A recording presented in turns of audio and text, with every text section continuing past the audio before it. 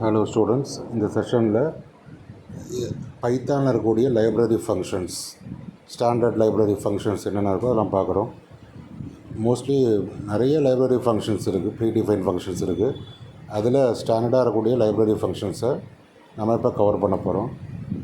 இப்போ ஃபஸ்ட் எக்ஸாம்பிளாக ஒரு நம்பருக்கான அப்சல்யூட் வேல்யூ ரிட்டர்ன் பண்ணணும்னு நினச்சோன்னா நம்ம ஏபிஎஸ்ங்கிற ஃபங்க்ஷனை யூஸ் பண்ணிக்கலாம். இப்போ ஒரு நெகட்டிவ் நம்பர் நான் கொடுக்குறோம், -23.34 கொடுக்குறேன். இதுக்கான அப்சல்யூட் வேல்யூ ரிட்டர்ன் பண்ண சொன்னோம்னா ஏபிஎஸ் ஃபங்க்ஷன் யூஸ் பண்ணி 23.34 ரிட்டர்ன் பண்ணும். ஸோ இது வந்து அப்சல்யூட் வேல்யூ மட்டும் ரிட்டர்ன் பண்ணும். அதான் நம்ம இப்போ எக்ஸாம்பிளில் பார்க்குறோம். ஸோ அடுத்ததாக பார்த்தீங்கன்னா யூனிகோட் ஆஃப் த கேரக்டர். ஒவ்வொரு கேரக்டருக்கும் ஒரு யூனிகோடு வேல்யூ இருக்கும். இந்த யூனிகோடு வேல்யூவை நம்ம பார்க்கணுன்னு நினச்சோம் அப்படின்னா ஓஆர்டி ஃபங்க்ஷன் யூஸ் பண்ணிக்கலாம். இதான் நம்ம அடுத்த எக்ஸாம்பிளில் பார்க்க போகிறோம். ஃபஸ்ட்டு அந்த அப்சல்யூட் வேல்யூ பார்க்குறோம். அடுத்ததாக நம்ம ஓஆர்டி ஃபங்க்ஷன் யூஸ் பண்ணி கொடுக்குற கேரக்டருக்கான யூனிகோடு வேல்யூ நம்ம பார்க்கலாம். இந்த ஓஆர்டி ஃபங்க்ஷன் யூஸ் பண்ணி ஓஆர்டி ஆஃப் நான் ப்ளஸ்ன்னு கொடுக்குறேன். ப்ளஸ்ஸுங்கிற கேரக்டருக்கு ஒரு யூனிகோடு வேல்யூ இருக்குது.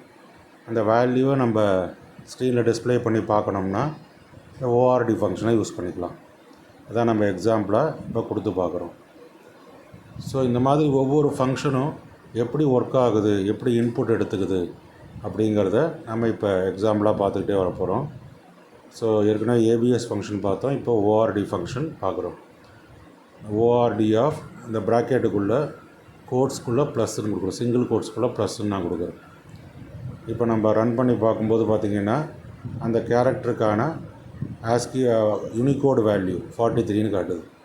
அடுத்தது பார்த்திங்கன்னா ஒரு வேல்யூவை கொடுத்துட்டு, ஒரு யூனிகோடு வேல்யூவை கொடுத்துட்டு அதுக்கான யூனிகோடு கேரக்டரை நம்ம ப்ரிண்ட் பண்ணி பார்க்கலாம். அதுதான் பார்த்திங்கன்னா அடுத்த எக்ஸாம்பிள். அதுக்கான ஃபங்க்ஷன் சிஹெச்ஆர் ஃபங்க்ஷன். சிஹெச்ஆர் அப்படிங்கிற ஃபங்க்ஷன் கொடுத்துருக்கிற யூனிகோடு வேல்யூக்கான கரஸ்பாண்டிங் யூனிகோடு கேரக்டரை ஸ்க்ரீனில் டிஸ்பிளே பண்ணோம். அப்போ பார்த்திங்கன்னா நான் சிஹெச்ஆர் ஆஃப் 19 கொடுக்குறேன். சிஹெச்ஆர் ஆஃப் 19 கொடுத்தோம்னா 90க்கான யூனிகோடு கேரக்டர் கேபிட்டல் இசட். இதை நம்மளுக்கு அவுட்புட்டாக கொடுக்கும். இதை தான் நம்ம இப்போ எக்ஸாம்பிளாக பார்க்குறோம். அடுத்ததாக பார்த்திங்கன்னா ஒரு பைனரி வேல்யூ, ஒரு நம்பருக்கான, ஒரு டெசிமல் நம்பருக்கான பைனரி வேல்யூவை நான் ப்ரிண்ட் பண்ணி பார்க்கணும் அப்படின்னு நினச்சோம்னா அதுக்கு நம்ம ஏற்கனவே நம்ம பேசின செஷன்லேயே பேசியிருப்போம். இந்த பிஐஎன்னுங்கிற ஃபங்க்ஷன், பிஐஎன்னு ஒரு ஃபங்க்ஷன் இருக்குது, பின் அப்படின்னு ஒரு ஃபங்க்ஷன் இருக்குது. பின் ப்ராக்கெட்டுக்குள்ளே அந்த வேல்யூ 14 கொடுத்துரும், பின் ஆஃப் 14 கொடுக்குறோம். இப்போ 14க்கான டெசிமல் பைனரி வேல்யூ என்னவோ அது ஸ்க்ரீனில் காட்டும். அப்போ 1110 அப்படின்னு சொல்லி நம்மளுக்கு அவுட்புட் கிடைக்கும். ஸோ 14க்கான பைனரி வேல்யூவை நம்ம பார்த்துக்கலாம். அடுத்தது பார்த்திங்கன்னா உங்களுக்கு டைப்புன்னு ஒரு ஃபங்க்ஷன் இருக்குது. ஒரு நம்ம வேல்யூக்கான டேட்டா டைப் என்ன நம்ம பார்க்கணுன்னு நினச்சோம்னா, ஒரு வேல்யூ இல்லை ஒரு வேரியபிள் அதுக்கான டேட்டா டைப் பார்க்கணுன்னு நினச்சோம்னா அதை நம்ம டைப்புங்கிற ஃபங்க்ஷன் யூஸ் பண்ணி பார்த்துக்கலாம். இப்போ நான் டைப் ஆஃப் 22ன்னு கொடுக்குறேன். 22ங்கிறது ஒரு இன்டீஜர் நம்பர். அப்போ டைப் ஃபங்க்ஷன் என்ன பண்ணணும்னா உங்களுக்கு இன்ட்டுங்கிற வேல்யூ அவுட்புட்டை ரிட்டர்ன் பண்ணும். அடுத்தது பார்த்திங்கன்னா திரும்ப நான் ஒரு எக்ஸாம்பிளில் இன்னொரு ரியல் நம்பர் கொடுக்குறேன். அடுத்த எக்ஸாம்பிளில் 56.78ன்னு கொடுக்க போகிறேன்.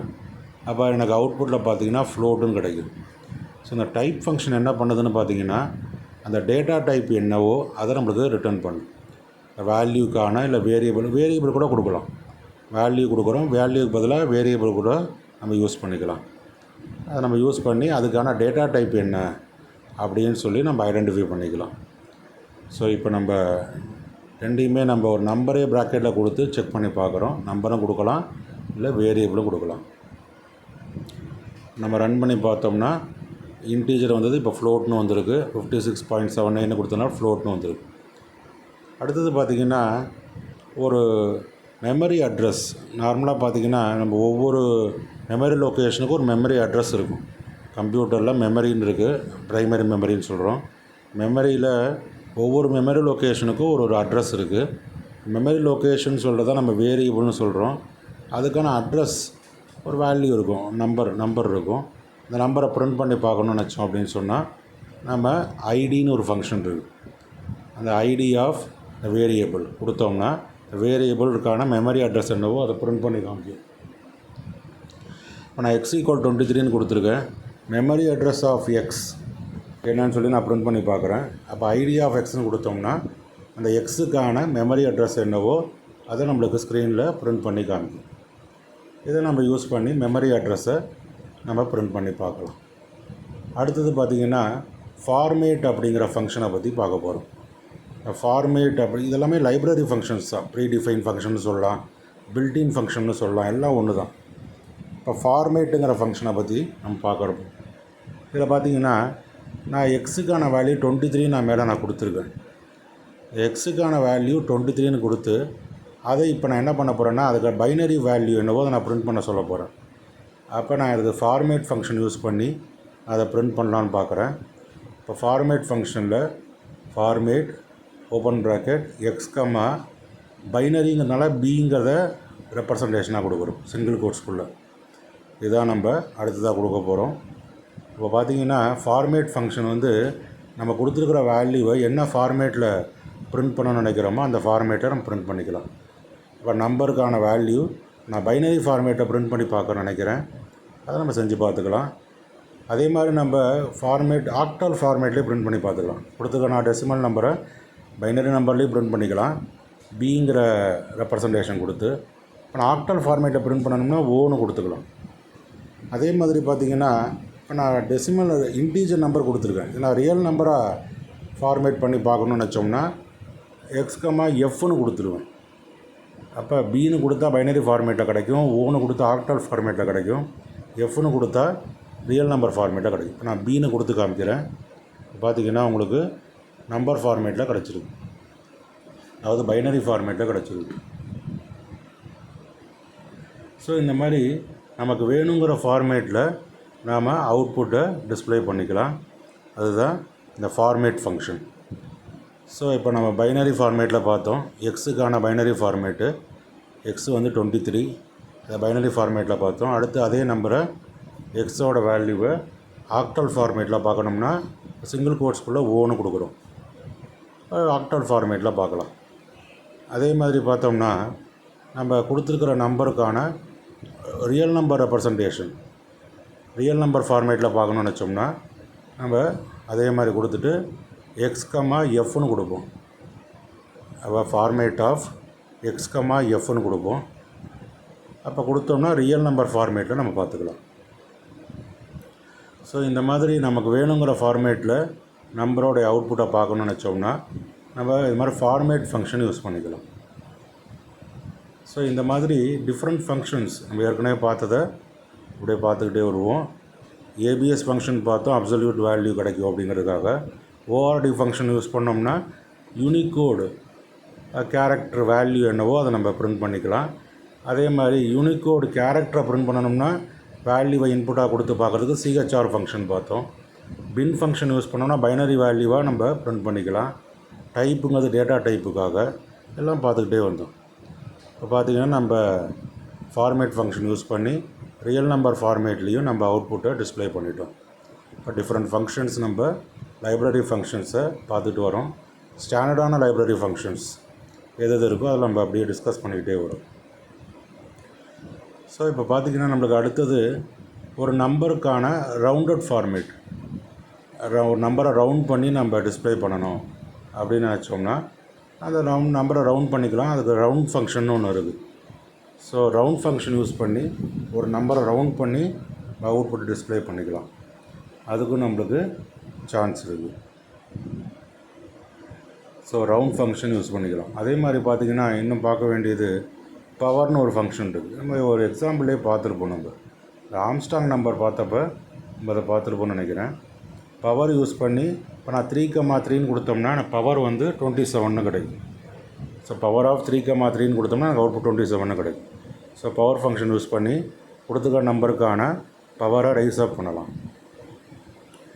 ஸோ இப்போ நம்ம ஒவ்வொன்றா பார்த்துக்கிட்டே வர போகிறோம். ரவுண்டு ஃபங்க்ஷன் முதல்ல கொடுத்துருக்குற ஒய்க்கான வேல்யூ நான் கொடுத்துருக்கேன்.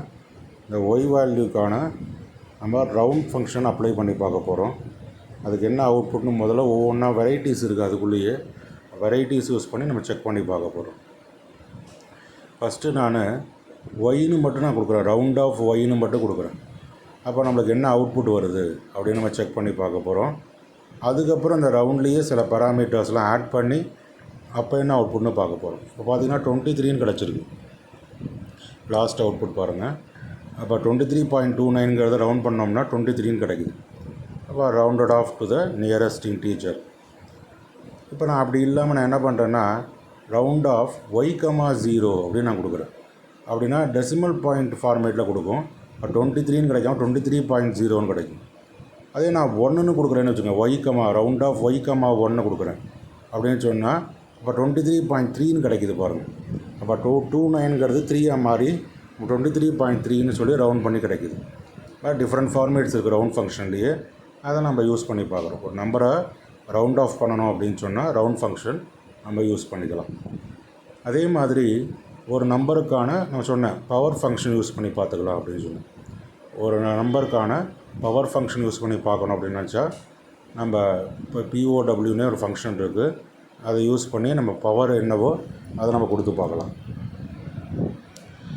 இப்போ நான் 3/3 அப்படிங்கிறத நான் வந்து ரெப்ரசன்ட் பண்ண போகிறேன். அதுதான் இப்போ நான் எக்ஸாம்பிளாக உங்களுக்கு காமிக்க போகிறேன். POW இப்போ ஓப்பன் ப்ராக்கெட் 3,3 அப்படின்னு நான் கொடுக்குறேன். அப்போ பார்த்தீங்கன்னா நான் பவர் வந்து 27ன்னு கிடைக்கும். பவர் ஃபங்க்ஷன் யூஸ் பண்ணி ஒரு நம்பருக்கான பவரை நம்ம கொடுத்து அவுட்புட்டை பார்த்துக்கலாம். ஸோ நம்பரும் கொடுக்குறோம், பவர் வேல்யூவும் கொடுத்தோம்னா நம்மளுக்கான அவுட்புட் கிடைக்கும். அதுதான் இப்போ நம்ம எக்ஸாம்பிளாக பார்க்குறோம். அடுத்து இதுக்கப்புறம் பார்த்திங்கன்னா நம்ம ஒரு நம்பருக்கான ஃப்ளோர் வேல்யூவும் சீல் வேல்யூவும் பார்க்குறோம். இப்போ நம்ம 3,3 கொடுத்ததுனால பவரில் 27 கிடச்சிது. அடுத்து நம்ம பார்க்கக்கூடியது மேத் மாடியூலில் இருக்கக்கூடிய 3 ஃபங்க்ஷனை பற்றி பார்க்குறோம். மேத் மாடியூல்னால் அது எப்படி கொடுக்கணும் அப்படிங்கிறத முதல்ல கொடுக்காமல் இருந்தால் என்ன ஆகும், அப்புறம் அந்த மேத் மாடியூலை கொடுக்காமல் இருந்தால் என்ன ஆகும், கொடுத்தா தான் ஒர்க் ஆகும் அப்படிங்கிறத நான் உங்களுக்கு எக்ஸாம்பிளோட காட்ட போகிறேன். அப்போ நான் அடுத்து என்ன பண்ணுறேன்னா இந்த ஃப்ளோர் ஃபங்க்ஷனை யூஸ் பண்ணி பார்க்குறேன். சீல்னு ஒரு ஃபங்க்ஷன் இருக்குது, ஃப்ளோர்னு ஒரு ஃபங்க்ஷன் இருக்குது, SQRTன்னு ஒரு ஃபங்க்ஷன் இருக்குது. 3 ஃபங்க்ஷன் இருக்குது. ஃபஸ்ட்டு ஃப்ளோர் ஃபங்க்ஷனை நான் யூஸ் பண்ணி காமிக்கிறேன். அப்போ ஒரு நம்பருக்கான ஃப்ளோர் வேல்யூ என்னவோ அதை நான் ப்ரிண்ட் பண்ணி பார்க்க நினைக்கிறேன். ஃப்ளோர் வேல்யூனா இப்போ நான் ஃபார் எக்ஸாம்பிள் ஒய்யில் வந்து 23.29 இருக்குது. நான் ஃப்ளோர் வேல்யூன்னு சொல்லும்போது எனக்கு அவுட்புட் 23ன்னு கிடைக்கும். ஃப்ளோர்னால் அதோட நம்பருக்கு கீழே வரக்கூடிய அவுட்புட், கீழே வரக்கூடிய இன்டீஜர், இந்த லோயர் இன்டீஜர். இப்போ நம்மளுக்கு இப்போ பார்த்திங்கன்னா உங்களுக்கு எரர் காட்டுது, நான் மேத்துங்கிற மாடியூல் இல்லை அப்படின்னு சொல்லுது. நம்ம இந்த மேத்துங்கிற மாடியூலுக்கு சேர்த்தா தான் அது ஒர்க் ஆகும். எப்போவுமே இதெல்லாம் மேத்து மாடியூல் நம்ம வேணும் அப்படின்னு சொன்னால் மேலே இம்போர்ட் ஸ்டேட்மெண்ட் யூஸ் பண்ணி அந்த மாடியூலை சேர்த்துக்கணும். இப்போ அதான் நான் உங்களுக்கு சேர்த்து காமிக்க போகிறேன். மேலே நம்ம என்ன பண்ணிக்கலான்னா இம்போர்ட் மேத் அப்படின்னு நான் கொடுக்க போகிறேன். இப்போ மேத்துங்கிற மாடியூலை நம்மளுடைய ப்ரோக்ராமில் சேர்த்துட்டோம். பார்த்திங்கன்னா ப்ரோக்ராம் ரன் ஆகிடுச்சு. அப்போ எனக்கு ஃப்ளோர் வேல்யூ 23ன்னு கிடச்சிருக்கு. அப்போ லோயஸ்ட் இன்டீஜர் நம்பருக்கான லோயஸ்ட் இன்டீஜர் கிடச்சிருச்சு. 23.29 அதோட ஃப்ளோர் வேல்யூ 23. அதே சீல் அப்படின்னு சொன்னோம்னா ஹையஸ்ட் இன்டீஜர். அப்போ 23.29க்கு ஹையஸ்ட்டாக பார்க்கும்போது 24ன்னு கிடைக்கும். அப்போ ஃப்ளோர்னால் அதோடைய கீழே இருக்கக்கூடிய இன்டீஜர் வேல்யூ காட்டும், கொடுத்துருக்குற நம்பருக்கான லோயஸ்ட்டு லெவலில் இருக்கக்கூடிய இன்டீஜரை காட்டும். அதே பார்த்திங்கன்னா சீல் அப்படின்னு சொல்லும்போது ஹையஸ்ட் லெவலில் இருக்கக்கூடிய இன்டீஜரை காட்டும். இப்போ 23.29க்கான ஃப்ளோர் வேல்யூ 23, அதே சீல் வேல்யூ 24. இது நம்மளுக்கு அவுட்புட்டில் கிடச்சிருக்கு. இதை நம்ம செக் பண்ணி பார்த்துட்டோம். அதே மாதிரி ஒரு நம்பருக்கான ஸ்கொயர் ரூட் வேல்யூ கண்டுபிடிக்கணும்னு நினச்சோம்னா அதையும் நம்ம கண்டுபிடிச்சிக்கலாம். SQRT மேத்தில் SQRTன்னு ஃபங்க்ஷன் இருக்குது, அதை யூஸ் பண்ணி நம்ம ஒரு நம்பருக்கான ஸ்கொயர் ரூட் கண்டுபிடிச்சிக்கலாம். math.sqrt ஆஃப் 25 நான் கொடுத்து காமிக்கிறேன் ஒரு எக்ஸாம்பிளுக்கு. அப்போ நம்மளுக்கு அவுட்புட்டு 5ன்னு கிடைக்கும். நம்ம பார்த்தது எல்லாமே பார்த்திங்கன்னா ஸ்டாண்டர்ட் லைப்ரரி ஃபங்க்ஷன்ஸ். இது எல்லாத்தையுமே பேசிக்காக இருக்கக்கூடிய லைப்ரரி ஃபங்க்ஷன்ஸ் எல்லாத்தையுமே எக்ஸிக்யூட் பண்ணி நம்ம அவுட்புட்டை பார்த்துருக்கோம். இதே மாதிரி இன்னும் ஃபங்க்ஷன்ஸ் இருக்குது, அதெல்லாம் நம்ம வரக்கூடிய செஷன்ஸில் ப்ரோக்ராம் வழியாக டிஸ்கஸ் பண்ணிப்போம். Okay, thank you.